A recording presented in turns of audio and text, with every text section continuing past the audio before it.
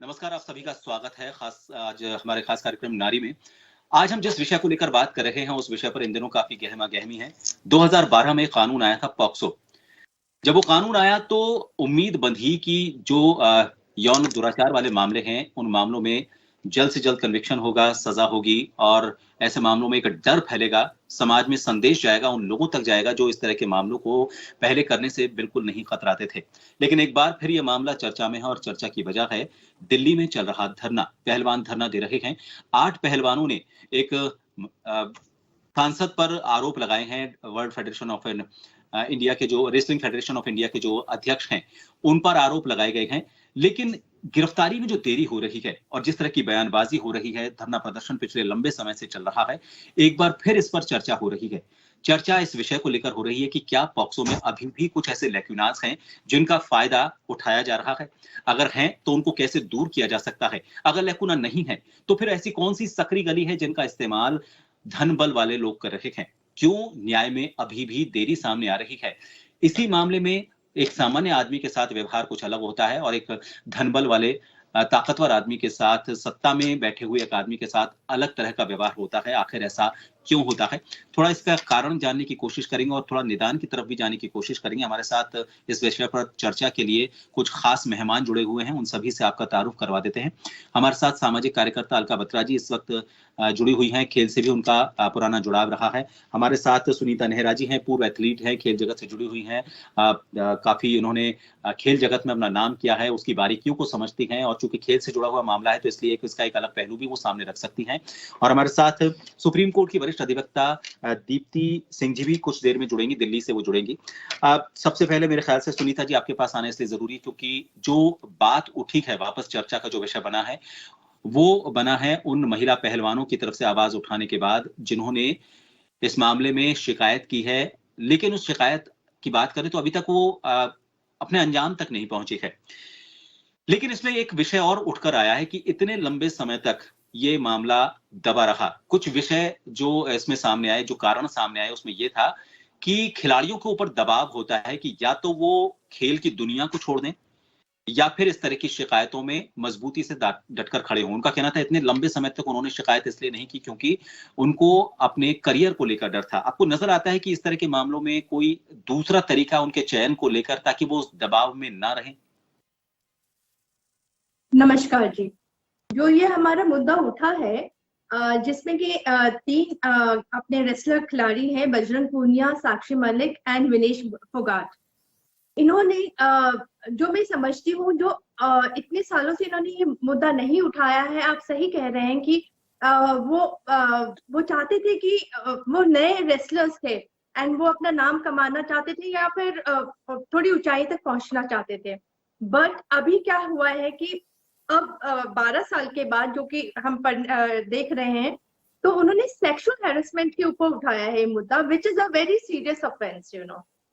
And और जिन जो अपने WFI के रेसलर्स फेडरेशन ऑफ इंडिया के जो चीफ हैं ब्रिज भूषण शरण सिंह जी, जो कि अपने बीजेपी के सांसद भी है, ये एज अ पर्सन मुझे ये नहीं पता, आई एम नॉट अवेयर कि कौन राइट है कौन रॉन्ग है, बट जो हाउएवर जो जस्टिस है वो बहुत जल्दी प्रिवेल होना चाहिए और जस्टिस मिलना चाहिए सो दैट इनके परफॉर्मेंस में आने वाले समय में जो ये परफॉर्मेंस है उनमें कोई रुकावट ना हो।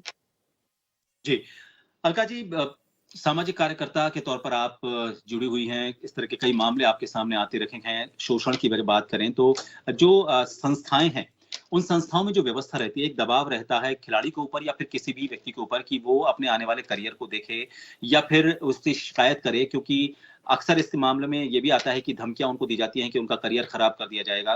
पहले भी कई इस तरह के मामले सामने आए हैं, लेकिन वो पॉक्सो से पहले के मामले हैं। फिलहाल ये जो मामला है, सामाजिक कार्यकर्ता के तौर पर आप इस मामले को किस नज़रिए से देखती हैं?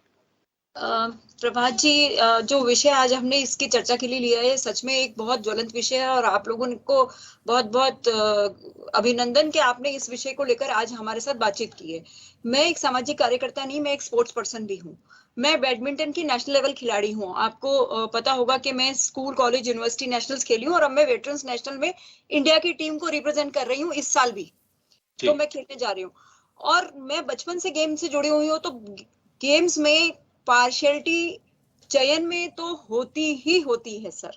मैंने खुद फेस किया है, मेरी डॉटर ने फेस किया है। तो बड़ी मुश्किल से तो आपका चयन होता है। उसके बाद अगर ये इस तरह की अनफॉर्चुनेट घटनाएं, जिसके लिए हम पिछले आई थिंक 40-45 डेज से हम देख रहे हैं, हमारा देश ही नहीं पूरा विश्व देख रहा है कि क्या हो रहा है, विच इज एक्चुअली अनफॉर्चुनेट। हमारा शर्म से सिर झुक जाता है ये देख के कि हमारे देश में मेडल विनर, जो कि मेडल विनर हैं, उनके साथ अगर ऐसा बिहेव हो रहा है तो एक आम खिलाड़ी जो अभी खेलना शुरू करे या निकले तो उसके साथ क्या होगा। महिलाओं को, लड़कियों को वैसे ही अपॉर्चुनिटी इंडिया में बच्चों को, लड़कियों को खेलने के लिए नहीं दी जाती है। कहाँ निकलने दिया जाता है कि आप खेलने जाइए। खेलने के बाद भी अगर इस तरह की घटनाएं सामने आती हैं तो आप बताइए आने वाले फ्यूचर में कौन माँ बाप अपनी लड़कियों को खेलने के लिए भेजेंगे। किसी भी स्पोर्ट्स की बात नहीं कर रही हूँ मैं, खाली एक रेसलिंग की नहीं, मैं किसी भी स्पोर्ट्स की बात कर रही हूँ। इस विषय पे पिक्चर, मूवीज भी बनी हुई हैं। आप जानते हैं कि उसमें भी फैमिली को किस तरह से फाइट करनी पड़ती है समाज के साथ अपनी बेटियों को खेलने में करियर बनाने के लिए, क्योंकि आज भी खेल एक करियर नहीं है। 100 में से 2 बच्चों का करियर बन सकता है खेल, बाकी 98 को करियर के लिए कुछ और करना पड़ता है। इतनी हिम्मत जुटा के जब बच्चे जा रहे हैं, लड़कियां जा रही हैं खेलने और मेडल ला रही हैं, और उसके बावजूद भी उनके साथ जो ये हो रहा है प्रभात जी, ये बहुत बहुत अनफॉर्चुनेट है। हमारा सर जो है शर्म से झुक जाता है, इंडियंस का, प्लेयर्स का, महिलाओं का। कौन महिला, आप बताइए, शरेआम इस तरह की FIR दर्ज करेगी कि भाई मेरे साथ ऐसा ऐसा हुआ। कितनी हिम्मत लानी पड़ी होगी उसको, आप देखिए। उसके बावजूद उसको धमकियां दी जाती हैं अगर कि भाई आपका चयन नहीं हुआ। और ये होता है सर, ये नई, ऐसी कोई बात नहीं है कि ये नई बात है, सब जानते हैं। It is a open truth, everybody knows about it. I am not pointing out any सांसद और नेता और any person, क्योंकि एसोसिएशंस के हेड के ऊपर जो भी है, आप देखिए, नेता लोगों को बना दिया जाता है जिनका स्पोर्ट्स से जहां दूर दूर तक वास्ता नहीं होता। Very very rare you have sports ministers who are from sports, कम होते हैं। सब कोई ऐसे नेता लोगों को बैठा दिया जाता है जिनको स्पोर्ट्स की जानकारी नहीं होती, और वो वहां भी पॉलिटिक्स ही करते हैं। और पॉलिटिक्स चाहे वो आप चयन में करते हैं, चाहे आप इस तरह से चीजें करते हैं, which is really really unfortunate. मेरे को ये समझ में नहीं आता कि हम इसको क्यों इतना लाइटली ले रहे हैं सर। ये कानूनी पहलू जान लेते हैं इसका। हमारे साथ दिल्ली से सुप्रीम कोर्ट की वरिष्ठ अधिवक्ता दीप्ति सिंह जी भी जुड़ गई हैं। दीप्ति जी, पहले जब भी पॉक्सो को लेकर बात होती थी तो हमेशा जहन में ये आता था कि जब भी कोई मामला सामने आएगा तो व्यक्ति की तुरंत गिरफ्तारी होगी। ऐसे मामले भी कई सामने आए हैं, तुरंत गिरफ्तारी होती है। लोगों को ये आस बंधती है कि चलिए एक नया कानून आया है और थोड़ा उसका डर बैठेगा। इस मामले में क्या आपको ऐसा नजर आता है जिसकी वजह से अभी तक गिरफ्तारी नहीं हो रही है? क्योंकि पॉक्सो में एक खास बात ये भी है कि ये जिस पर आरोप लगा है उसको साबित करना है कि वो निर्दोष है, जबकि इस मामले में ये देखा जा रहा है कि उनसे ये कहा जा रहा है कि आप साबित तो करें कि वो जो आप आरोप लगा रहे हैं वो सही है। तो ये जो 2 तरह की चीजें सामने आ रही हैं, क्या आपको इसकी वजह नजर आती है? देखिए, आप लोग जो चर्चा कर रहे हैं, ये चर्चा काफी हद तक बहुत रेलेवेंट है। सवाल है, सवाल में ही जवाब है कि जो पॉक्सो एक्ट है वो साफ इतना स्ट्रॉन्ग है कि जैसे सबसे पहले शिकायत दर्ज होते ही इसी तरीके से जिनके ऊपर की शिकायतकर्ता ने शिकायत की है उनको पहले डिटेन किया जाता है, ताकि किसी भी तरीके के एविडेंसेस से छेड़छाड़ ना किया जाए। अभी क्या हो रहा है, यहाँ पे थोड़ी उल्टी गंगा बहाई जा रही है। यहाँ पे उल्टा पूछा जा रहा है विक्टिम से कि आप प्रूव कर लीजिए कि आपको किसी ने इस पॉक्सो एक्ट के अंदर किसी तरीके की घटना आपके साथ हुई है, विच इज नॉट पॉसिबल। जबकि पूरा का पूरा एविडेंस एक्ट अब ये कहता है कि जैसे ही एक कोई कम एज का बच्चा है, नाबालिग है, अगर कोई शिकायत करता है तो पहले उसकी शिकायत को दर्ज की जानी चाहिए, और जो सबसे पहले काम है वो गिरफ्तारी की होनी चाहिए थी। तो हम सब जैसे भी बात कर रहे हैं कि ये जो राजनीति है और ये जो पावरफुल लोग हैं वो अपने हिसाब से कानून को भी चला सकते हैं। ये पहली बार देखने को मिल रहा है कि पॉक्सो एक्ट के अंदर तहत जो भी मामला दर्ज किया गया है अभी तक उसके अंदर किसी भी गिरफ्तारी का संज्ञान नहीं मिला है हम लोगों को। ये सोचने वाली बात है और चिंताजनक भी है, क्योंकि एक एक्ट को आप पूरे अपने तरीके से घुमा फिरा कर और उसको बिल्कुल अपने हिसाब से इस्तेमाल किया जा रहा है, विच इज अनफॉर्चुनेट। और यही वजह है कि इतने दिनों से खिलाड़ियों के मन में जो असंतोष है, जो दुख है, जो तकलीफ है, वो मेडल को लेके कह रहे हैं मेडल्स का क्या करें, गंगा जी में फेंक रहे हैं, कभी कुछ कर रहे हैं, वो अपना दुख बता रहे हैं। निश्चित तौर पे यहाँ पे इंटरवेन करना चाहिए और यहाँ पे पॉलिटिकली किसी चीज को लीपापोती ना करते हुए न्याय की बात करनी चाहिए। और जो न्याय का प्रथम दृष्टया होता है कि किस तरीके से जैसे ही कोई विक्टिम आया, शिकायत दर्ज की, तो पहला एक्शन जो होना चाहिए था गिरफ्तारी का, वो होना चाहिए। तो जो सवाल है आप लोगों का, उस सवाल के अंदर जवाब भी, और हमारे साथ जो हमारी एक महिला मित्र बैठी है वो भी बहुत अच्छी खिलाड़ी रही है पास्ट में, वो भी अपना दर्द बयान कर रही है कि कितनी भी मेहनत से खेल लो लेकिन कहीं ना कहीं सबको पॉलिटिक्स का शिकार होना पड़ता है, विच इज एक्चुअली अनफॉर्चुनेट। ये जो खिलाड़ी है, खेल की जो भावना होती है वो एक पूरे देश को बांधने वाला होता है। जैसे खिलाड़ी खेल रहा होता है, हम सब बड़े एक्साइटेड होकर उसके लिए दुआएं करते हैं, हम सब खेलने लग जाते हैं। आज एक चीज देखने को मिल रहा है कि इतने सारे खिलाड़ी दुखी हैं, अपनी मांग को लेकर बैठे हैं और इस पे किसी भी तरीके की बात सुनवाई नहीं हो रही है। मुझे लगता है एक तरफा ये सब कुछ चल रहा है। जी। अब सुनीता जी, ये बात सही है कि जब भी कोई पदक जीतता है और खासतौर पर जब बेटियां कोई पदक जीतती हैं तो एक समाज में मैसेज जाता है, लेकिन उसके साथ ही उसका फायदा उठाने वाले लोग तुरंत सामने आ जाते हैं। कई लोग ऐसे आते हैं कि मैंने तो जिस वक्त इसने तैयारी की थी उस वक्त मैं इनको दूध पिलाता था, मैं इनको चाय देता था, इनके घर में नाश्ता देने के लिए जाता था, मैं इनको अखबार बांटता था। सब हर कोई अपना उससे जुड़ाव बताने की कोशिश करता है कि इस विश्व विजेता से, इस पदक विजेता से मेरा क्या जुड़ाव रहा है, चाहे वो उनके वहां पर अखबार बांटने जाने वाला हो या सब्जी देने वाला हो, हर कोई इसमें आगे आने की कोशिश करता है। बड़े स्तर पर जो प्रशासनिक अधिकारी होते हैं और नेता होते हैं वो तो जाहिर सी बात है वो इसका तमगा हाथ में लेकर फोटो भी खिंचवाते हैं। लेकिन जब इस तरह की घटनाएं सामने होती हैं और समाज जब उस तरीके से उनका साथ देते हुए नजर नहीं आता है, आपको नहीं लगता कि एक खेल के भविष्य पर भी सवाल उठता है और साथ ही उस खेल की दुनिया में बड़े संघर्षों के साथ जब परिवार से लड़कर, समाज से लड़कर लड़कियां आगे आने की कोशिश करती हैं, वो लड़ाई भी उनकी और कमजोर हो जाती है। आने वाले वक्त की जो नए दौर की जो या भविष्य की जो खिलाड़ी हैं, महिला खिलाड़ी हैं, जो लड़कियां आना चाहती हैं इस फील्ड में, उनके लिए। बिल्कुल आप ठीक कह रहे हैं कि जब आप कुछ मेडल जीत कर आते हैं तो सब आपसे जुड़ाव करना चाहते हैं, बट जब इस तरह के मुद्दे जब उठते हैं, जब अपनी खुद की लड़ाई होती है, लीगल जो मैटर होता है, तब सब पीछे हट जाते हैं।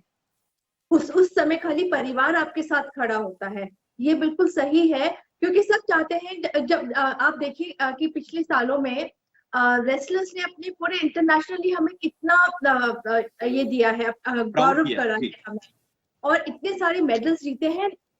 बाहर जाने के बाद आप देखिए मैक्सिमम जो मेडल्स आते हैं वो रेसलर्स के आए हैं। तो अब उस समय तो सब, जब वो एयरपोर्ट में आते हैं तो सब लोग उनको कहते हैं हमने कराया है, ये करवाया। इस मुद्दे में खाली परिवार खड़ा होता है। तो ये बहुत ही जो पॉलिटिकल एंड लीगल हिंट जो है वो यही है कि दे आर बहुत ही प्रेस्टिजियस सिटीजन्स हैं ये लोग। तो इनका जो मुद्दा है ये हमें इनको रिजॉल्व एट द अर्लीस्ट करना चाहिए था, जो कि अभी तक नहीं हुआ है। 1 महीना हो गया है और नहीं हुआ है। और जिस तरह से ये लोग गंगा में जाकर अपना मेडल बहा रहे हैं, which is not actually, it's not right, because ये इनका पर्सनल प्रॉपर्टी नहीं है रेसलर्स की। ये इंडिया का एक गौरव अवार्ड्स है, बट बिकॉज हमारे समाज ने, हमारे जो लीगल है, इनमें बहुत सारी त्रुटियां हैं, इसके कारण इसमें कोई भी रिजल्ट नहीं आया, इसलिए वो फ्रस्ट्रेट हो गए हैं। तो इसमें जरूर कुछ इसमें करना चाहिए हमारे खिलाड़ियों के लिए। अलका जी, आपने अपनी खुद की आप बीती बताई, अपनी बेटी के बारे में बताया। देखिए इस मामले में भी कई शिकायतें हुई हैं। बेसिकली मेरे 2 सवाल मैं आपसे एक साथ जानना चाहूंगा। शिकायतों का एक ग्रीवेंसेस का एक स्टेज होता है, लेवल होता है, पहले किस लेवल पर करनी है, फिर उसके बाद सेकंड लेवल पर कहाँ जाना है, थर्ड लेवल पर कहाँ जाना है। लेकिन इसमें तो वो सारे लेवल खत्म होकर टॉप लेवल का जो कंट्रोलर है उसी पर ये शिकायत हुई है, तो उससे आगे और किससे शिकायत की जाए, ये बड़ा एक सवाल है। लेकिन इसके साथ एक चीज ये भी है कि बड़ी मुश्किल से इतने दिनों बाद, देखिए पहला जो 18 जनवरी को 2023 को इन्होंने धरना शुरू किया, और इस बात को जनवरी से हम जून तक अगर लेकर चले तो 5 महीने हो चुके हैं। एक बार धरना बीच में समाप्त करवा दिया आश्वासन देकर। अब जाकर 1983 के जो क्रिकेट का जो टीम थी, भारत की जो चैंपियंस की क्रिकेट टीम थी, उन्होंने अपना एक वर्जन सामने रखा है और वो उनके समर्थन में आ गए हैं। खिलाड़ी अभी भी उस भूमिका में इन खिलाड़ियों के साथ नहीं है पूरे देश भर से, जिस भूमिका में उनको आना चाहिए। क्या आपको नहीं लगता कि वो अभी भी कुछ खिलाड़ी, मैं सभी को इसमें नहीं लेना चाहता, लेकिन कुछ खिलाड़ी ऐसे हैं जो नहीं आ रहे हैं, बड़े खिलाड़ी हैं जिनसे उम्मीद की जाती है, जो राज्यसभा की सीटें लेकर वहां पर बैठे हुए हैं, खेलों में अपना नाम करने के बाद बड़े-बड़े पदों पर बैठे हुए हैं, आयोग के अध्यक्ष बने हुए हैं, खेल समितियों के, खेल परिषदों के अध्यक्ष बने हुए हैं, अभी भी उस भूमिका में नहीं है। ये भी एक बड़ा कारण है। अगर बड़े स्तर पर सारे खिलाड़ी ही मेरे ख्याल से साथ में आ जाएं, तो सोशल सपोर्ट की इतनी जरूरत नहीं पड़े, खिलाड़ी काफी हैं। देखिए, सोशल सपोर्ट की क्यों जरूरत नहीं है? जब आप मेडल लेके आते हैं तो आप कंट्री के लिए लेके आते हैं। आप देखिए, और मैं ये कहती हूँ कि क्रिकेट एक ऐसा गेम है जिसको हमारा नेशनल गेम माना जाता है, उसके आगे कोई दूसरा गेम दिखता ही नहीं है। तो शुक्र करिए कि थोड़े रेसलर्स हमारे मेडल्स लेके आए, या आर्चरी में लेके आए, या बैडमिंटन की लड़कियां लेकर आ रही हैं, इंडिया का नाम वर्ल्ड के मैप पे लेके आ रही हैं। नहीं तो पहले तो क्रिकेट ही क्रिकेट दिखता था। तो क्रिकेट वाला तो मैं बीच में टोकूंगा, तो क्या इसको ये माना जाए कि अगर कोई क्रिकेट का खिलाड़ी, अगर कोई महिला खिलाड़ी अगर इस तरह का कोई आरोप लगाती, तो उसको हाँ, अलग तरीके से देखा जाता? बिल्कुल देखा जाता। और क्रिकेट के खिलाड़ी लगाती क्या सर, लेडीज को तो, लेडीज क्रिकेट को तो अब थोड़ा सा पहचान शुरू हुई है। नहीं तो लेडीज की क्रिकेट टीम देख लीजिए, हॉकी की लेडीज की टीम देखिए, वर्ल्ड का मेडल लेके आई, कोई उनको एयरपोर्ट पे लेने भी नहीं पहुंचा, बसों में बैठ के घर गई हैं, ऑटो में बैठ के घर गई हैं। तो महिलाओं को तो वैसे ही आप लोग कहीं भी हमारे हिंदुस्तान में भी ऐसे सेकंड दर्जा दिया जाता है अभी भी। और इतनी बड़ी बात जब सामने लेके आ गई हमारी महिला खिलाड़ी, उसके ऊपर कोई रिएक्शन नहीं। दो चार क्रिकेट वाले कुछ बोल रहे हैं, ना तो कोई मीडिया का पर्सन उसको उठा के लेके आ रहा है, ना टीवी बॉलीवुड सेलिब्रिटीज इसके ऊपर कोई बोलने जा रही है, ना कोई नेता लोग बात कर रहे हैं। ये क्या चक्कर है सर, ये समझ में नहीं आता। It's like this is really unfortunate. आप मेडल लाने के लिए लड़कियां कितनी मेहनत करके कहां से कहां जा रही है। पॉस्को एक्ट की बात अब हम कर ही चुके हैं। मी टू, आप कह रहे हैं कि अगर किसी ने 2 साल के बाद अगर शिकायत दर्ज कराई तो क्या हुआ? मी टू मूवमेंट में तो 10-10 साल की शिकायतें दर्ज कराई थी। मी टू मूवमेंट जब शुरू हुआ तो 10 साल पहले कोई घटना हुई थी, उसको भी आपने एक्नॉलेज किया है। Why not this? This is really, मतलब ये मेरे लिए तो, मेरे को लगता है हमारे समझ से बाहर की चीज है। निर्भया कांड हुआ था, उसके लिए जब देश सारा एक हो गया था एक लड़की के लिए, आप इतनी सारी मेडल विनर्स लड़की के लिए क्यों नहीं एक हो रहे हमारे देश वाले? क्यों नहीं हमारे मूवमेंट्स निकाल रहे? क्यों नहीं कैंडल मार्च हो रहे? क्यों नहीं हम लोग इस चीज को उठा रहे? और क्यों प्रशासन या मैनेजमेंट चुप करके बैठा हुआ है? मेरे को ये समझ में नहीं आता, इतनी बड़ी क्या चीज हो गई है कि एक इंसान के पीछे सब जने चुप है। What is he? Why is he? It is actually very painful, बहुत पेनफुल है। और अब एक बार प्रभा जी मैं ये कहूंगी, पूरे वर्ल्ड में हमारे इंडिया के प्लेयर्स की क्या इज्जत रह गई, आप बताइए। मेडल विनर की क्या इज्जत है? हमारी तो इज्जत ही खत्म हो गई इंडिया की। क्या सोच रहे होंगे वर्ल्ड के लोग, हमारी लड़कियों की क्या सेफ्टी है? आसाराम जी, दीप्ति जी, कुछ इससे मिलता जुलता मामला आसाराम वाला मामला था। उस मामले में तो आज तक उनकी जमानत नहीं हो पा रही है। कुछ मिलता जुलता इससे तो मेरे ख्याल से, अगर हम कैटेगरीज की बात करें तो जिस तरह के आरोप बृजभूषण पर लगे हैं, उससे तो मेरे ख्याल से कम ही कन्विक्शन वाले होंगे। लेकिन इस मामले में रोज नए कानून का उल्लंघन हो रहा है।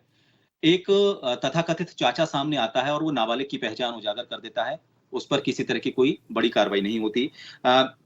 कोर्ट से ये उम्मीद की जाती है, हालांकि कोर्ट पर किसी तरह की टिप्पणी नहीं, लेकिन कई मामलों में कोर्ट का संज्ञान रहा।